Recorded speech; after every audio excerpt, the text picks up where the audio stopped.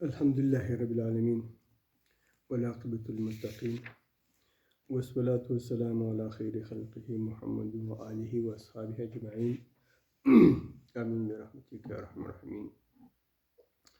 ربی زدنی علما ربی اشرح لی صدری ویسر لی امری واحلل عقدۃ من لسانی یفقہوا قولی وصلی اللہ تعالی علی خیر خلقہ محمد وآلہ واصحابہ اجمعین آمین برحمتک یا ارحم الراحمین۔ محترم اور معزز سامعین اور ناظرین، میں نے یہ جو گواہی کے سلسلے میں ویڈیو ہے، اس میں جو غالباً ویڈیو کی جو پارٹ 2 ہے، یعنی دوسرا حصہ، اس میں نے جو یہ بتایا تھا کہ جھوٹ بولنے والے کے اوپر جو ہے اللہ کی لعنت ہے، اور پھر میں نے جو اس کے ثبوت میں قرآن کریم کی یہ 2 آیاتوں کا یہ حوالہ دیا تھا۔ ایک آیات تو جو سورہ آل عمران میں ہے، جس کو آیات مباہلہ کہا جاتا ہے، اور دوسری آیات جو ہے وہ سورہ جو ہے نور میں ہے۔ کیا؟ سورہ نور میں ہے، اور آیات لعان، ٹھیک ہے۔ تو اس ویڈیو میں جو مجھ سے غلطی ہو گیا تھا، میرے خیال میں جو میں نے سورت کا نام بھی غلط بتایا تھا، سورہ نساء بتایا تھا شاید، اور پھر میں نے جو ایک اور بھی غلطی کی تھی کہ عورت بھی جو ہے مرد کو جو ہے یہ کہتا ہے کہ جھوٹ بولنے والے کے اوپر اللہ کی لعنت ہو۔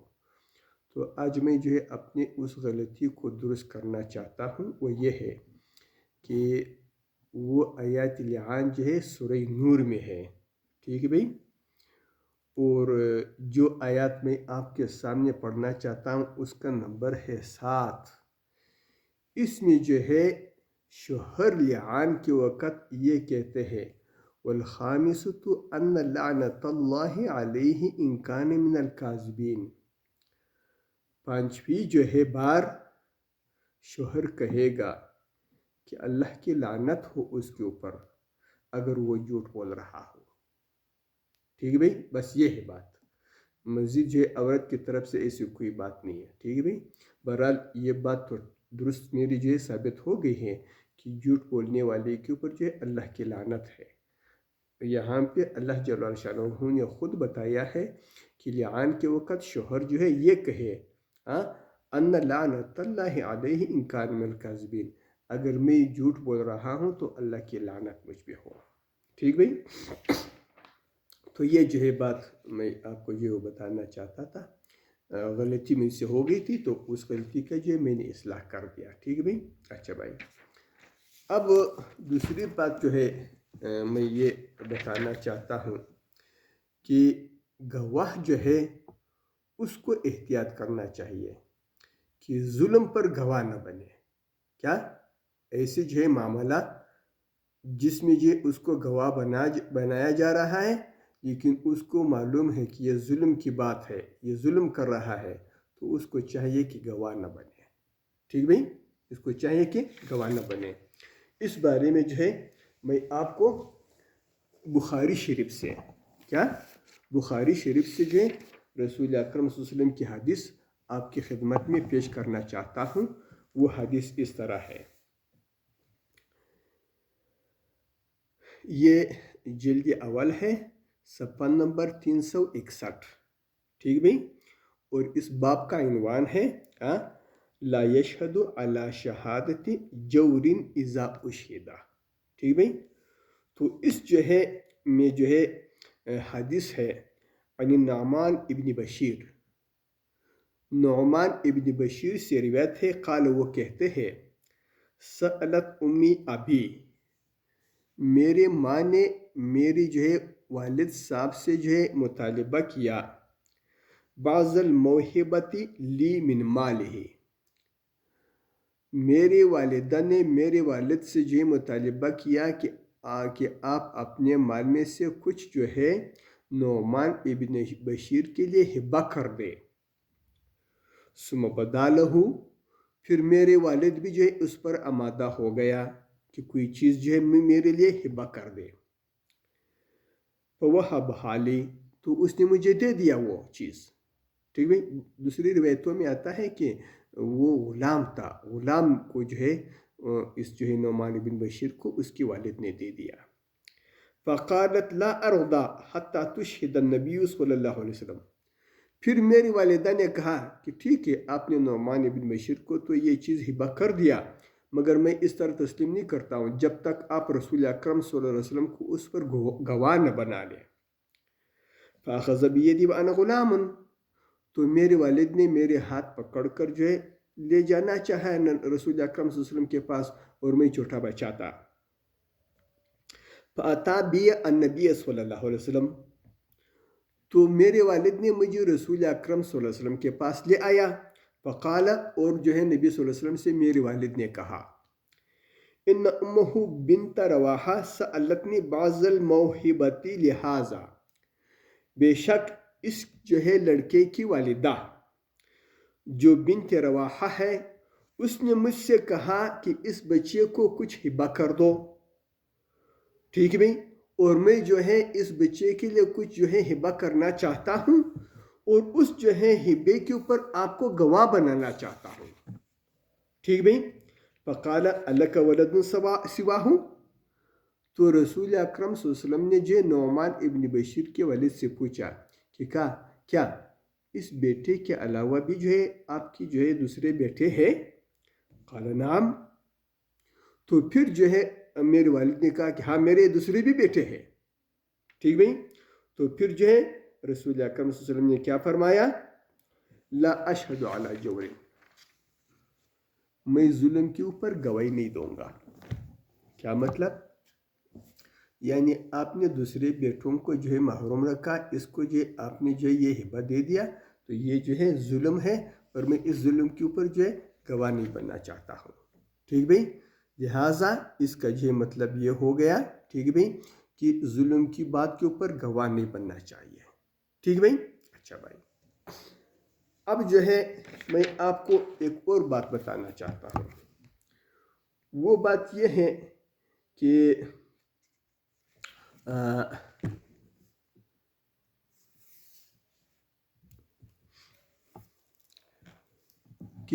میں نے یہ کہا تھا اس ویڈیو میں یا دوسری ویڈیو میں کہ گواہ کو تکلیف نہیں دینا چاہیے. گواہ کو تکلیف نہیں دینا چاہیے. باعزت طریقے سے اس کو پہنچا دو اور واپس جو ہے اپنے جگہ پہ پہنچا دو. اگر کھانے پینے کی ضرورت ہے تو وہ کھلاؤ اور پلاؤ بھی. ٹھیک بھائی. اور وہاں پہ جو ہے اور بھی جو ہے اس کو تکلیف نہیں دینا چاہیے. ٹھیک بھائی.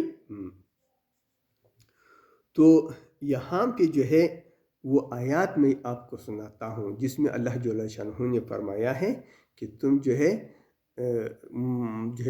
گواہی لکھنے والے کو یا جو ہے گواہی جو ہے دینے والے کو تکلیف نہ دو. چنانچہ فرماتے ہیں وَلَا يُغْدَارُ كَاتِبٌ وَلَا شَهِيدٌ. کاتب کو بھی تکلیف مت دینا. ٹھیک بھائی. وَلَا شَهِيدٌ، اور نہ جو ہے گواہ کو تکلیف دینا. گواہ کو بھی تکلیف نہیں دینا. اچھا بھائی، اگر ہم نے گواہ کو تکلیف دے دیا، اس کو پریشان کر دیا، خوار کر دیا، تو کیا ہوگا؟ وَإِن تَفْعَلُوا فَإِنَّهُ فُسُوقٌ بِكُمْ. اگر تم نے گواہ کو تکلیف دے دیا، اس کو پریشان کر دیا، فَإِنَّهُ فُسُوقٌ بِكُمْ، یہ تمہارا گناہ ہے. یہ تمہارا گناہ ہے جو تم نے گواہ کو تکلیف دے دیا، تو اس گناہ کا جو ہے تم مرتکب ہو گئے. اور وَاتَّقُوا اللَّهَ، اللہ سے ڈرو، ایسا گناہ نہ کرو. وَيُعَلِّمُكُمُ اللَّهُ، اللہ جل شانہ جو ہے تمہیں جانتا ہے کہ تم جو ہے گواہ کو تکلیف دے رہے ہو یا نہیں دے رہے ہو، پریشان کر رہے ہو یا نہیں کر رہے ہو. واللہ بکل شیء علیم، اللہ ہر چیز جو ہے وہ جو ہے واقف ہے. ٹھیک بھائی. تو یہ جو ہے اللہ جل شانہ نے جو ہے وہ صاف صاف بتا دیا اس آیات میں. ٹھیک بھائی. اور اس کی تشریح جو ہے، اس آیات کی تشریح معارف القرآن نے جو کی ہے، وہ جو ہے میں جج کے پاس لے کر گیا تھا. جو جج صاحب نے مجھے جواب دے دیا کہ بھائی جاؤ شاباش، اس کو سنبھال کے رکھو، یہاں پہ جو ہے قرآن اور جو ہے حدیث نہیں ہے، یہاں پہ جو ہے قانون ہے. ٹھیک بھائی. اچھا بھائی، چوتھی بات میں یہ بتانا چاہتا ہوں رسول اکرم صلی اللہ علیہ وسلم نے فرمایا ہے الصدق ینجی والکذب یہلک، سچ جو ہے وہ نجات دیتا ہے اور جھوٹ جو ہے وہ انسان کو ہلاک کر دیتا ہے۔ یہ رسول اکرم صلی اللہ علیہ وسلم کی حدیث ہے، اور یہ جو ہے حدیث میرے مقدمے میں جو ہے ہو بہو جو ہے سچ ثابت ہوا ہے۔ میرے مقدمے میں یہ حدیث ہو بہو سچ ثابت ہوا ہے۔ وہ کس طرح؟ وہ اس طریقے سے کہ میرا جو مخالف ہے وہ آزاد تھا، کیا؟ بالکل آزاد، اس کی جو سوچ پہ، اس کی زبان پہ، اس کی بات پہ کوئی پابندی نہیں تھی۔ جو بات اس کو جو ہے مفید نظر آ رہا تھا وہ کر لیتا تھا، خواہ وہ سچ ہو یا کچھ اور ہو۔ ٹھیک بھائی؟ اور بالکل میں نے پابندی جو ہے اس بات کی تھی کہ میں سچ بولوں گا، اور جو گواہ میری طرف سے آ رہا تھا اس کو بھی میں کہہ رہا تھا کہ آپ نے جھوٹ نہیں بولنا ہے، بلکہ میں نے وکیل کو جو منع کیا تھا۔ ایک دفعہ جو ہے میرے وکیل نے جو ہے بات کی کہ کل اگر اس کنگ کی مالک نے جو پارک کی زمین کو بیچ دیا تو کیا ہوگا؟ تو پھر میں نے وکیل کو کہا کہ ایسی بات نہیں کرو بھائی، وہ پارک نہیں بیچے گا، اس پارک کے اوپر اس نے 4 دیواری لگا دیا ہے اور گیٹ پہ لگا دیا ہے، لہٰذا ایسی بات آئندہ کے لیے نہ کرو۔ تو میرے وکیل جو ہے وہ میرے پر ہنس رہا تھا۔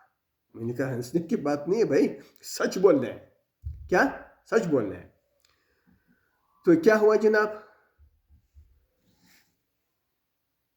آخر میں وہ فیصلہ جو ہے میری مرضی کے مطابق ہو گیا۔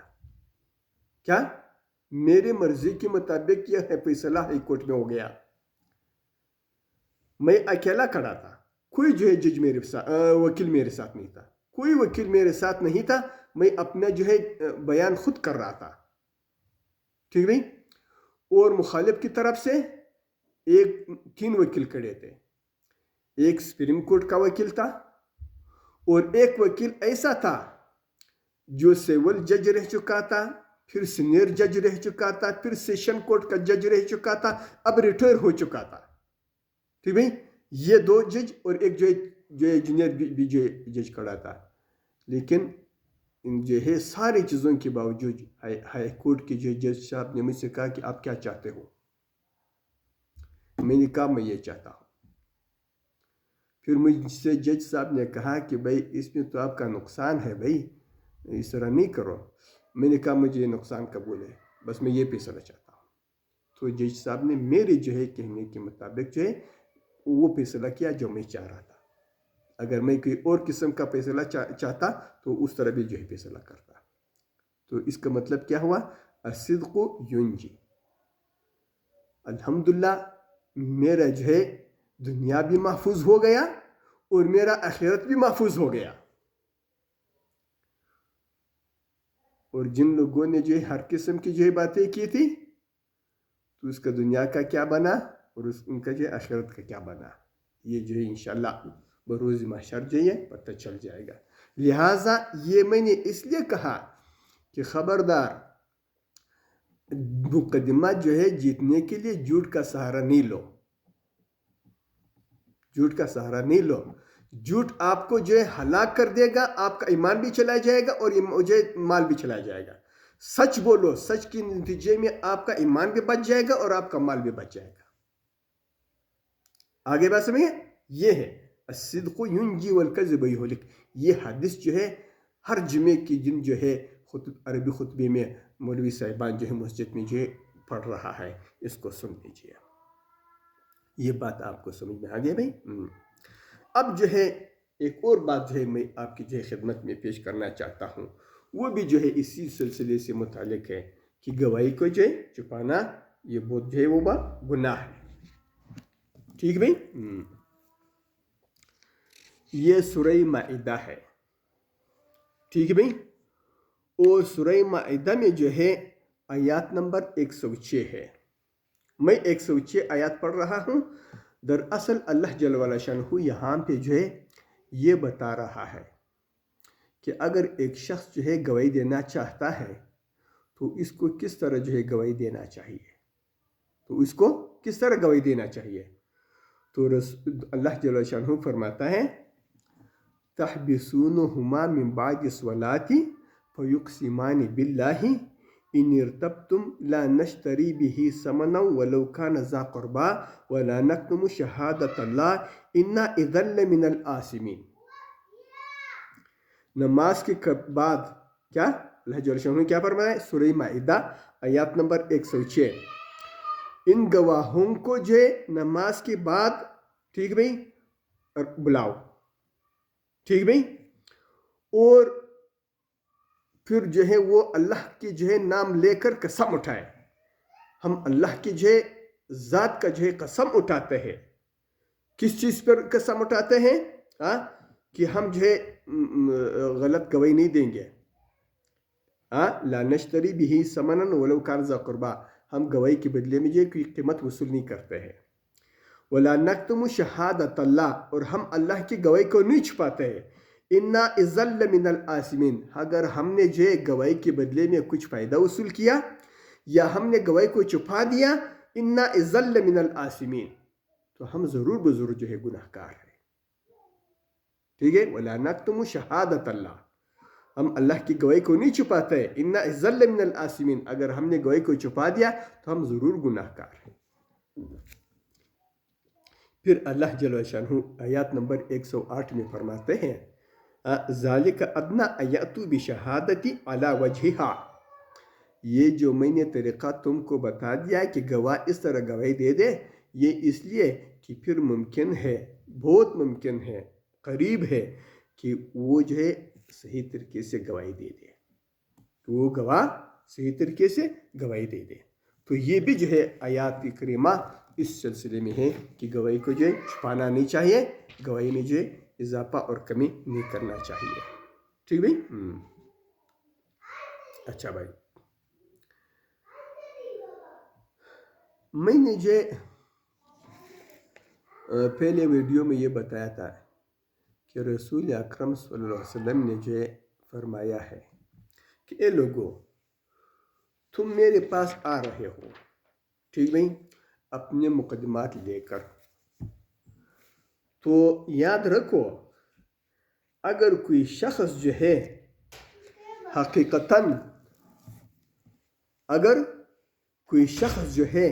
حقیقتاً کسی چیز کا جو ہے مالک نہیں تھا، ٹھیک ہے بھائی، اگر کوئی شخص حقیقتاً کسی چیز کا مالک نہیں تھا اور اس نے جو وہ حقدار نہیں تھا اور اس نے مقدمہ میرے پاس لے آیا، تو ہو سکتا ہے کہ اس کی جو چالاکی، اس کی تیزی، اس کی ہوشیاری کی جو وجہ سے یا جو ہے جس پر دعویٰ کیا ہے اس کی کمزوری کی وجہ سے میں کسی ایک کے حق میں فیصلہ کر دوں. لیکن یاد رکھو اگر وہ شخص اس جو ہے مسئلے میں برحق نہیں تھا تو میرے فیصلے سے وہ چیز اس کے لیے حلال نہیں ہو جاتا ہے، بلکہ جہنم کی آگ کے ٹکڑے میں ان کو دے رہا ہوں. یہ رسول اکرم صلی اللہ علیہ وسلم نے فرمایا تھا. اب وہ حدیث جو ہے قرآن کریم کی اس آیات کا تشریح ہے. یہ آیات جو ہے 188 ہے سورہ بقرہ کے. اس میں اللہ جل شانہ کیا فرماتا ہے؟ وَلَا تَأْكُلُوا أَمْوَالَكُمْ بَيْنَكُمْ بِالْبَاطِلِ، تم ایک دوسرے کے اموال کو باطل طریقے سے مت کھانا. وَتُدْلُوا بِهَا إِلَى الْحُكَامِ، اور ان جو ہے مال جائیداد کے مقدمات جو ہے وہ عدالت میں نہیں لے جانا. لِتَأْكُلُوا فَرِيقًا مِّنْ أَمْوَالِ النَّاسِ بِالْإِثْمِ، تاکہ اس طریقے سے جو ایک فریق دوسرے فریق کا جو مال گناہ کے ساتھ کھائے، ناجائز طریقے سے کھائے. وَأَنْتُمْ تَعْلَمُونَ، حالانکہ تمہیں معلوم ہے کہ دوسرے کے مال کو جو وہ کھانا کتنا جو بڑا گناہ ہے. ٹھیک بھائی؟ اب جو ہے اس آیات کی جو تشریح تفسیر شریف سے سن لیجئے، تھوڑا سا تفسیر سن لیجئے. دنیا کی کوئی عدالت بہتر سے بہتر ہو اور کوئی حاکم عادل سے عادل صحیح، بہرحال دنیاوی فیصلے علم غیب کی بنا پر نہیں، رویداد مقدمہ ہی کی بنا پر صادر ہوں گے، اور ان میں غلطی، لغزش، ناانصافی، دھوکے کا احتمال ہر وقت ہے۔ آیات اسی حقیقت کی طرف توجہ دلا رہی ہے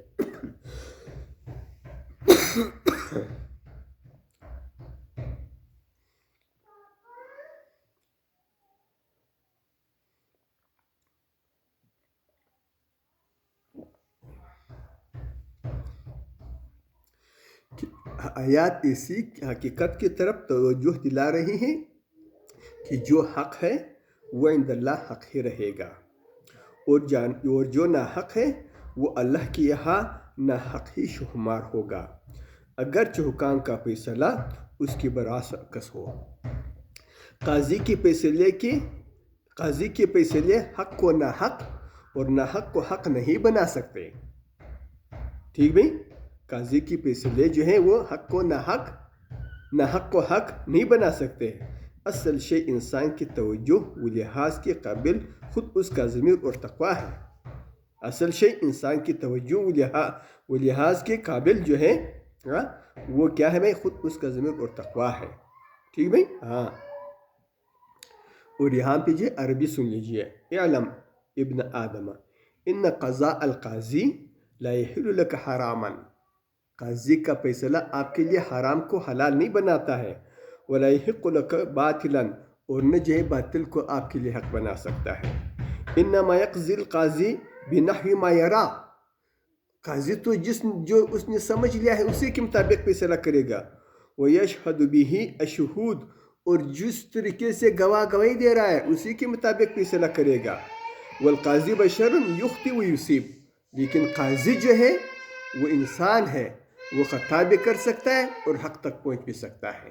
تو یہ جو ہے وہ حدیث اس آیات کا جو ہے تشریح ہے، اور اس کی تشریح پھر میں نے آپ کو جو ہے تفسیر کی جو ہے روشنی میں جو ہے بتا دیا۔